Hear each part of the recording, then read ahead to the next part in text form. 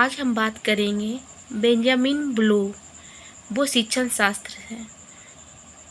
ये Benjamin Bloom ये America के निवासी थे। ये कहाँ के निवासी थे? ये अमेरिका के रहने वाले थे। इन्होंने शैक्षणिक उद्देश्य के वर्गीकरण किया। इन्होंने शैक्षणिक उद्देश्य का 3 भागों में वर्गीकरण किया। पहला ज्ञानात्मक, दूसरा भावनात्मक पक्ष दिया, तीसरा क्रियात्मक पक्ष दिया। अब समझेंगे, तीनों के बारी बारी से समझेंगे। पहला समझेंगे ज्ञानात्मक पक्ष। आखिर ज्ञानात्मक पक्ष होता क्या है, इसके बारे में समझेंगे। जी हाँ, इसका वर्गीकरण ब्लूम 1926 में किए थे। इसका वर्गीकरण ब्लूम 1956 में किए। जी हाँ, इसका वर्गीकरण जब ब्लूम दिए थे, इसका परिभाषा 1956 में किए। यह मानसिक क्षमताओं से संबंधित है। इसका उद्देश्य सरल से कठिन और निम्न से उच्च स्तर का होता है। जब कोई भी पाठ पढ़ते हैं, कोई भी शिक्षण टीचर कोई भी शब्द पढ़ाता है, वाक्य पढ़ाता है, तो सरल माने आसान से कठिन की ओर जाता है। अब इन्होंने उनको दृष्टि से 6 भागों में बांटा। कितने भागों में बांटा? 6 भागों में बांटा। अब उसके बारे में बताएंगे, कौन कौन 6 भागों में बांटा। पहला उसने ज्ञान दिए, दूसरा समझ बूझ दिए, तीसरा अनुप्रयोग का दिए, चौथा विश्लेषण किए, पांचवा संश्लेषण किए, छठा मूल्यांकन किए। अब इसको हम बारी बारी से समझेंगे।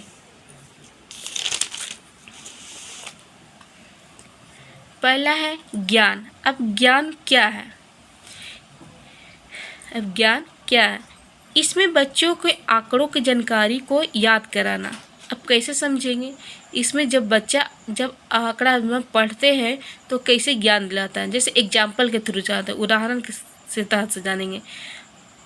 हमने बच्चे को पढ़ाने के लिए किताब का पाठ का एक लेसन लिए, उसके बारे में पूरी जानकारी दिए, उसके बारे में इंट्रोडक्शन दिए, पूरी जानकारी दिए। ये किस किताब में क्या लिखा है, क्या इसको कहना चाहता है, इसमें शॉर्टकट में समझाएं।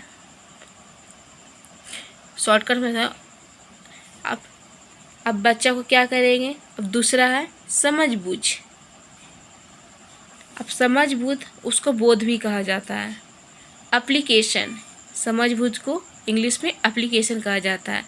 इसमें बच्चों को जो ज्ञान कराया गया, अब इसमें बच्चों को जो हम ज्ञान करवाएं, उसको पूरा पाठ पढ़ाएं तो उसको बच्चों को ज्ञान करवाएं, माने पूरा ज्ञान हुआ, उसको बारे में जाने, बच्चा पूरी उसका समझ विकसित किए। जब वो पाठ पढ़ाएं, जैसे हम हिंदी के कोई पाठ लेसन लेते हैं तो उसको पाठ पढ़ाएं, उसके बारे में पूरी जानकारी दें, उसके बारे में अर्थ समझाएं, तो ये समझ बूझ का ज्ञान हुआ। जैसे एक उदाहरण के सहित लेते हैं, हमने बच्चों को किताब का एक पाठ मतलब एक लेसन समझाएं, ओके, लेकिन बच्चों को हर शब्द का अर्थ समझना चाहिए। कोई भी शब्द हो, हर शब्द बच्चों को जब कोई भी लेसन पढ़ाया जाता है तो क्या होता है कि शिक्षक हो जो शुरू से अंत तक बोल देते हैं, करते हैं, समझाते हैं, एक एक वर्ड को समझाते हैं कि क्या कहना चाहता है ना, बच्चों समझता है। कठिन समस्या, कोई भी वर्ड समझने में अगर कठिनाई हो तो उसको क्या करेंगे शिक्षक? सरल भाषा में समझाएंगे, प्रकट करना चाहेंगे, पूरी तरह से परिभाषित करेंगे, उसको बारे में अर्थ समझाएंगे, परिभाषित करेंगे। नहीं बच्चा, ये ऐसे नहीं, इस तरह से दैनिक वातावरण से लेकर चलेंगे तो बच्चे को ज़्यादा समझ में आएगा। ओके। तीसरा है अनुप्रयोग मतलब एप्लीकेशन। इसमें आत्मसात किए गए ज्ञान को परिस्थिति के अनुसार प्रयोग करेंगे। अब उदाहरण के से समझेंगे। जैसे हमने पाठ पढ़ाए, ठीक है, एक लेसन पढ़ाएं, समझाएं, उसको हर शब्द को परिभाषित किए, हर अर्थ को समझाएं। अब उसमें क्या करेंगे? जांच करेंगे कि पढ़ाने के बाद समझेंगे कि बच्चों को कितना समझ में आया, कितना उसके विज्ञान विकसित हुआ, बच्चे का क्या प्राप्त हुआ, इसके बारे में देखेंगे। कैसे देखेंगे? तब उसको लिए गणना करेंगे, जांच करेंगे, क्वेश्चन प्रश्न पूछेंगे, बच्चे को जवाब आया तो समझ जाएंगे, वो समझे, हर वर्ड को समझे। अगर कोई भी क्वेश्चन पूछेंगे इसके उठा कर रिलेटेड पार्ट, वो जो लेसन पढ़ा है उससे उठा के क्वेश्चन पूछेंगे, प्रश्न पूछेंगे, तो बच्चा अगर उत्तर दिया तो हम समझेंगे इनके बारे में उनको थोड़ा ज्ञान हुआ, अच्छे तरह से समझे। समझ में आया? ओके। अब चौथा है विश्लेषण, एनालिसिस। अब बच्चे एनालिसिस करेंगे। इसमें आत्मसात किए गए ज्ञान को भिन्न भिन्न भागों में अलग करने की क्षमता होगी। मैंने इसमें कहने का मतलब है आत्मसात, जो हमने एनालिसिस किए, जो हमने ज्ञान जो टीचर पढ़ाए उसको हम ज्ञान मैंने पढ़ें, अवलोकन किए, तो अब उसको आप टीचर क्या करेंगे, अगर बच्चों को समझ में नहीं आ रहा पूरी तरह से, क्वेश्चन पूछें, बच्चों को समझ हिचकिचाहट हो रही है बोलने में, क्या करेंगे, उसको छोटे छोटे भाग में आंसर समझाएंगे। हर भाग को, पैराग्राफ को छोटे छोटे पॉइंट्स में समझाएंगे, ताकि इसके अर्थ को तथा निष्कर्षों के बारे में समझाएं।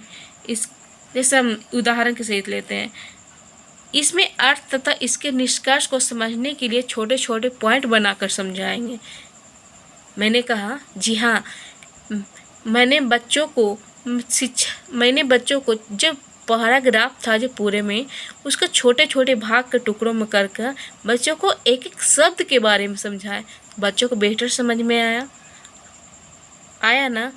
जी हाँ, बच्चों को ज़्यादा से ज़्यादा समझ में आएगा। अब पाँचवा, संश्लेषण, सिंथेसिस। इसमें क्या बोल रहा है, इसमें नए अर्थ पर जोर देंगे। अगर बच्चों को समझ में नहीं आ रहा तो इसको क्या करेंगे, नए अर्थ पर हिस्सों को जोड़कर संपूर्ण बनाएंगे।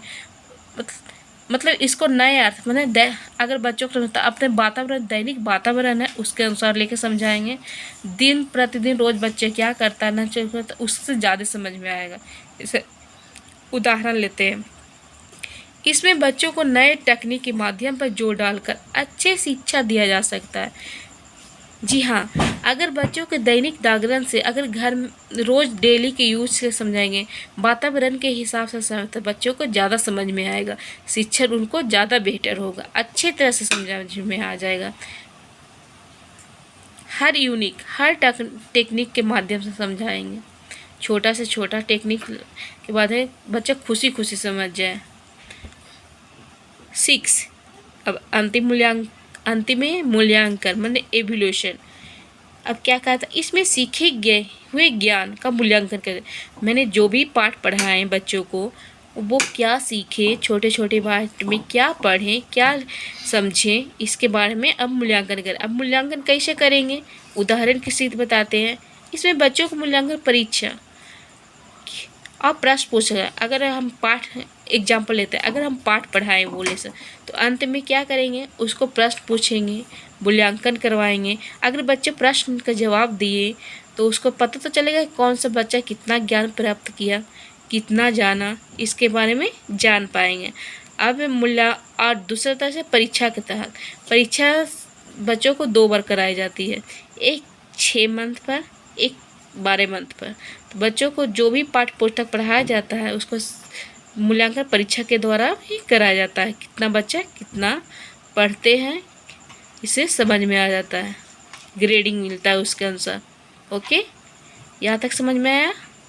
ओके, आपको सबको, भाई बहन को समझ में आएगा। मुझे उम्मीद है कि आप लोग को समझ में आ गया होगा।